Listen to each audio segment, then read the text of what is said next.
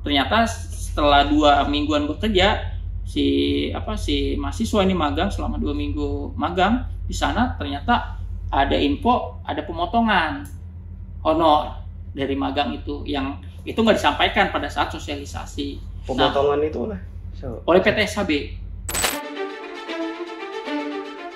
Ada apa di balik program magang ke Jerman? Polemik program Varian Job ke Jerman yang melibatkan ribuan mahasiswa Indonesia tuai pro kontra.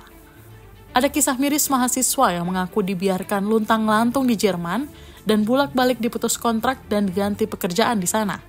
Namun banyak juga yang mendapat pengalaman berharga dan bermanfaat, sehingga menganggap istilah perdagangan orang dalam Varian Job berlebihan.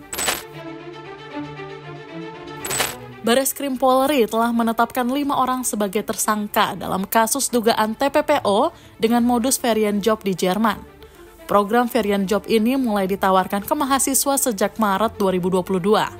Ada beberapa agensi yang terlibat, mulai dari proses sosialisasi, perekrutan hingga penyaluran kerja. PT Sivigen dan PT SHB adalah agen yang berperan dalam melakukan sosialisasi dan perekrutan di Indonesia. Sementara Runtime, RAJ, dan BRIS adalah agen yang berperan menyalurkan mahasiswa yang telah lolos seleksi ke lapangan pekerjaan di Jerman. Pengalaman tidak mengenakan dialami Ramayana Monica, peserta Varian Job Batch 2 yang melapor sebagai korban. Mahasiswi dari Universitas Jambi ini merasa ditelantarkan dan hidup luntang-lantung di Jerman, serta diputus kontrak dan gonta-ganti pekerjaan di sana berkali-kali. Tak sampai di situ, dengan kondisi tertekan, Ramayana kembali dipindah kerja sebagai kuli bangunan di apartemen pribadi. Setelah serangkaian eksploitasi yang ia alami, Ramayana akhirnya kembali ke Indonesia pada 30 Desember.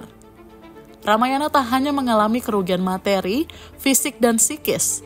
Ia juga dijerat hutang 450 euro atau sekitar 7,6 juta rupiah.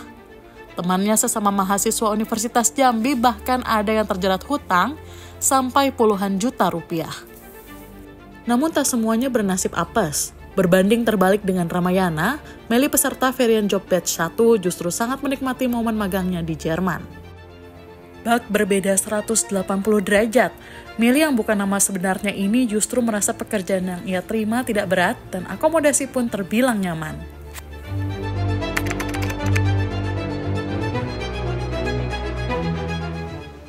Di Instagram dan grup WhatsApp, aku sendiri tidak tahu di Instagram itu pada tanggal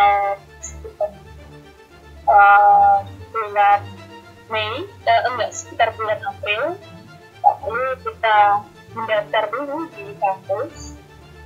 Itu sekitar bulan Mei. Di pamflet itu sudah tertera bahwa pertama, program Varian itu selaras dengan MBKM. Kedua, tentang gaji ada iming-iming sebesar 20 sampai 30 juta bagi dosen. Selanjutnya kita melakukan tes di universitas. Dulunya tidak terlalu digaungkan gitu ke MBKM, konversi SKS enggak. Cuman ini katanya Varian Job itu kayak magang. Dari kacamata kami ya udah terbayang gitu, udah pekerjaan non skill pasti fisik. Ini yang di batch 2 diiming-imingi seperti kerjaan gampang, padahal enggak sih, namanya kerja apapun ya susah sih.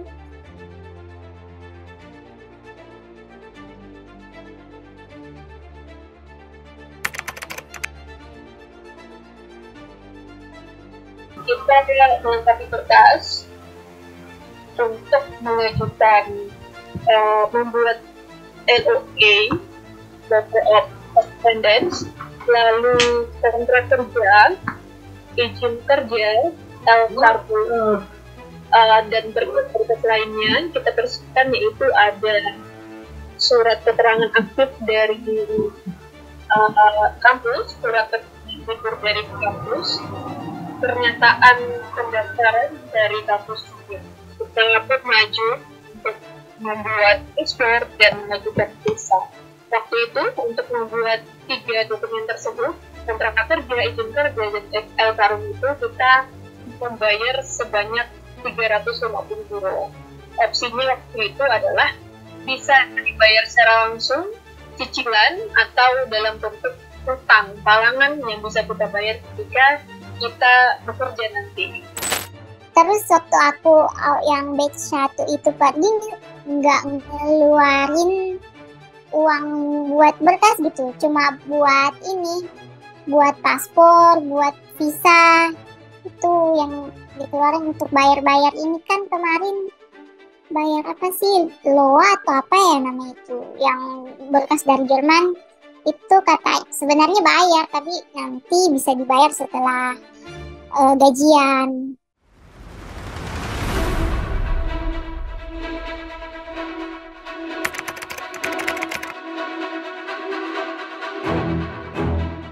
Kalau aku sih ya Mas, aku sama 3 temanku yang satu agen itu oke banget kok ininya, akomodasinya, dan kerjaan kami ya nggak sulit kok.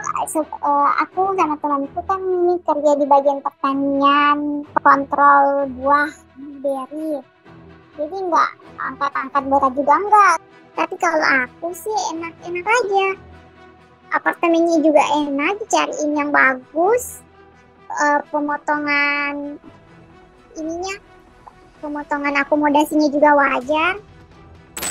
Saya sudah pindah-pindah beberapa kali, tidak ada kejelasan bekerja, maka waktu itu saya tanpa pikir panjang untuk tanda tangan kontrak karena memang tidak ada pilihan lain lagi.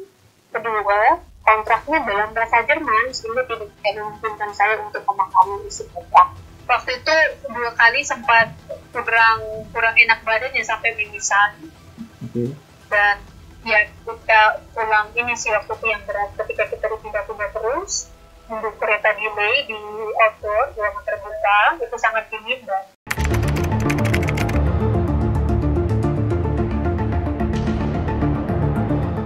sumpah sih Mas, ini aku nggak nyangka banget jadi kayak ingat banget jadi TPPO, perdagangan orang kayak gitu, padahal kan yang pergi juga ini resmi, punya paspor, punya visa, dokumen legal.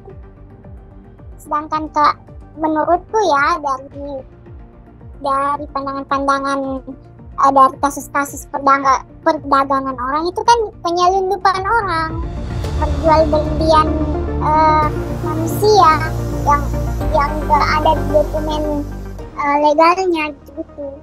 Jadi kayak ini berlebihan deh kalau dicap sebagai perdagangan orang. Dipekerjakan secara non prosedural, kemudian mengakibatkan mahasiswa ini tereksploitasi. Nah, disitulah penyidik dari Bareskrim Polri ya itu mengungkapkan atau dikenakan tentang tindak pidana perdagangan orang. Apa sesungguhnya indikasi tindak pidana perdagangan orang atau TPPO berdasarkan hukum? Pada pasal 1 ayat 1 Undang-Undang Nomor 21 Tahun 2007 tentang TPPO, ketentuan umum tindak pidana perdagangan orang terdiri dari 3 unsur, yaitu unsur proses, cara, dan tujuan. Jika 3 ketentuan terpenuhi, maka bisa dikategorikan sebagai perdagangan orang.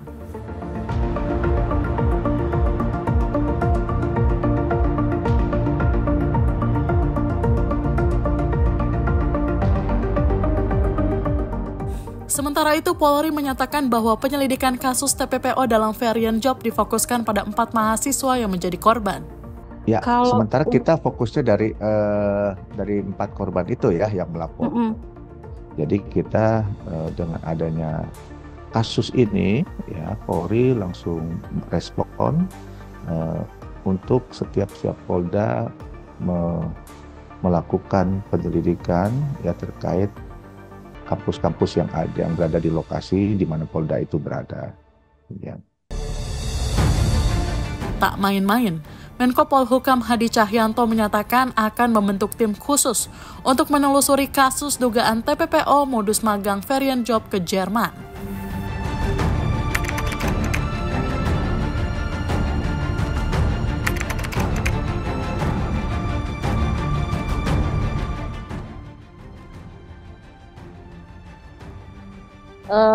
Mungkin ada yang tidak mengalami TPPO gitu, tetapi mungkin ada yang mengalami begitu.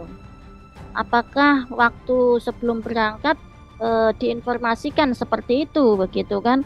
Saya kan mantan korban ya, saya penyintas perdagangan orang, jadi perjanjian yang disetujui di Indonesia itu tidak sama dengan apa yang kita terima ketika kita di luar negeri begitu. Ya, jam kerja yang panjang dengan apakah dihitung lembur atau tidak itu kan? Kalau melebihi itu dan tidak dibayar itu kan indikasi eksploitasi ya Mas ya. Universitas Negeri Jakarta menjadi salah satu kampus yang mahasiswanya menjadi korban. Ada 93 mahasiswa UNJ yang dikirim ke Jerman. Tersangka SS selaku fasilitator pertama kali datang mempresentasikan program pada Februari 2023. Kerjasama pun disepakati sebulan kemudian, pada bulan Mei.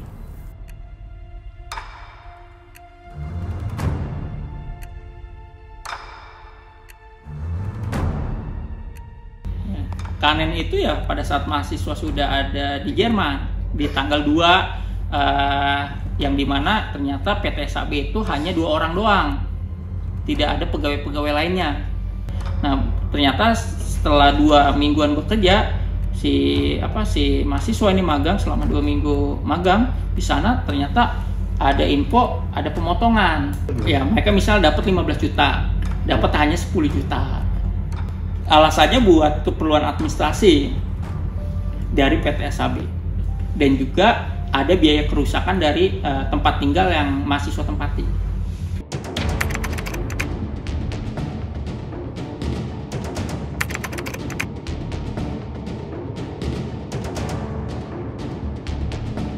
Mereka tuh happy ini, bahkan ada yang enjoy sama teman-teman magangnya dari berbagai macam negara. Ini beberapa. Nah, ini yang mereka di tempat makan. Ini mahasiswa kita dengan kondisi happy kayak gitu. Nah, terus kemudian di ruang ini yang di kayak semacam ruang logistik. Nah, itu mereka. Pokoknya dia udah legal perusahaan dia itu. Cuman tidak punya izin untuk bukan punya izin, dia nggak melakukan memberi izin nggak membuat izin ke Depnaker kayak gitu. Nah harusnya ada. UNJ akan melakukan upaya langkah hukum terkait dugaan penipuan yang dilakukan oleh PT SAB yang non prosedural. Kelima tersangka kini dijerat pasal tindak pidana perdagangan orang dengan ancaman maksimal 15 tahun penjara dan denda maksimal 600 juta rupiah.